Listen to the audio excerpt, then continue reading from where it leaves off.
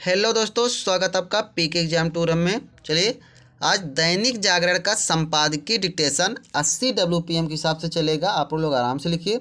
आप लोगों के कहने पर हमने दैनिक जागरण का संपादकीय डिक्टेशन चालू कर दिया है, जो कि डेली अब इसी चैनल पे आएगा।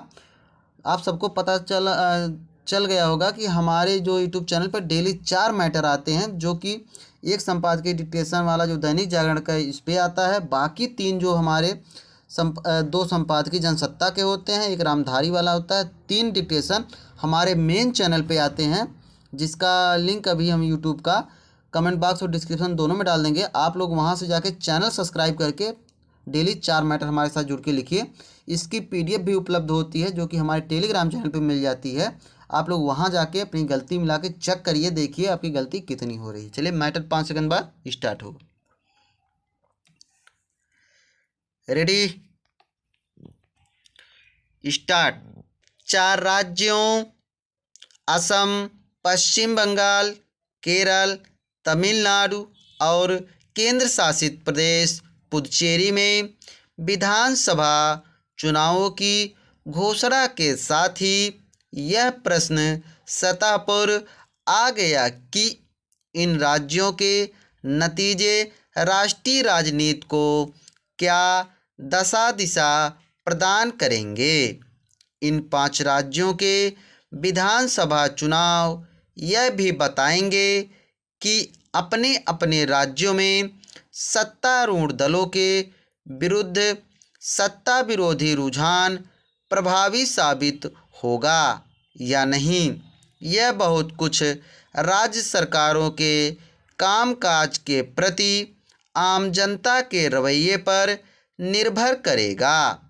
आमतौर पर सभी सरकारों को कुछ न कुछ सत्ता विरोधी रुझान का सामना करना पड़ता है, लेकिन जो सरकारें लंबे समय तक सत्ता में रहती हैं, उनके खिलाफ सत्ता विरोधी रुझान के प्रभावी होने के आसार बढ़ जाते हैं।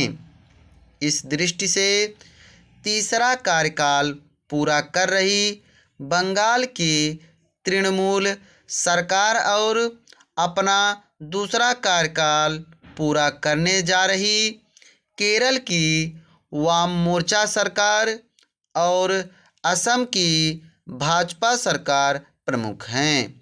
इन सभी राज्यों के विधानसभा चुनाव क्षेत्रीय एवं राष्ट्रीय राजनीतिक दलों की भी परीक्षा लेंगे। इनमें प्रमुख हैं भाजपा एवं कांग्रेस।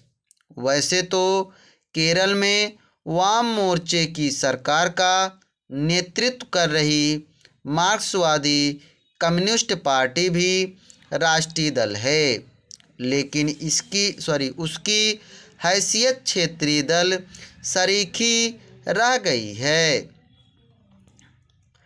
यदि असम में भाजपा के सत्ता में पुनः आने की संभावना है, तो केरल में कांग्रेस के लिए भी कुछ संभावनाएं दिख रही हैं। लेकिन तथ्य यह है कि इस राज्य में कांग्रेस की स्थिति बहुत अच्छी नहीं, वह गुटबाजी से भी ग्रस्त है।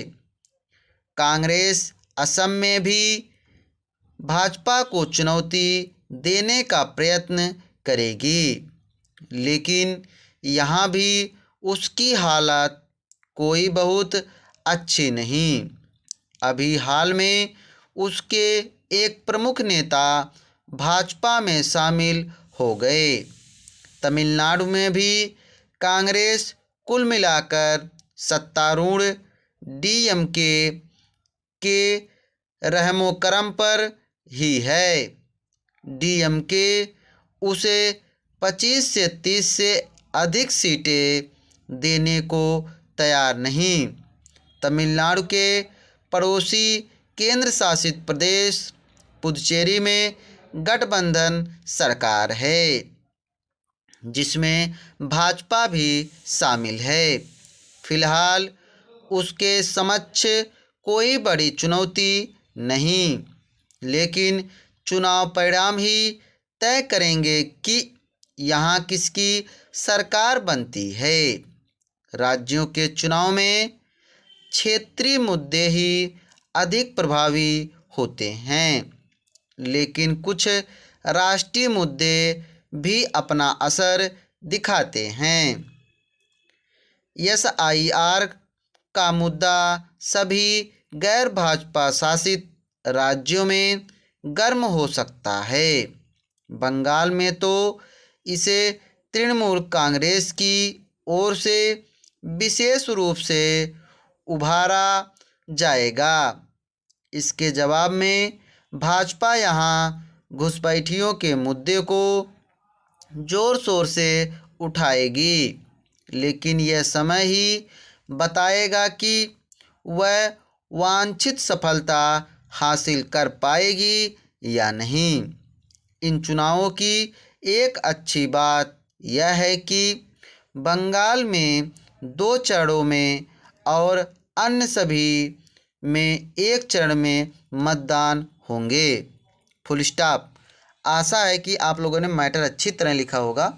हमने मैटर ये मान के चलिए 80 की स्पीड से बोला है। आप लोग आराम से लिखे। लिखने के बाद आप लोग ट्रांसक्राइब जरूर किया करिए। इसकी PDF हमारे टेलीग्राम चैनल पे मिल जाएगी और जो कि बाकी 3 मैटर हैं हमारे मेन चैनल पे मिल जाएंगे। आप लोग वहाँ से जाके आराम से मिला के लिखिए। चलिए, थैंक यू, धन्यवाद।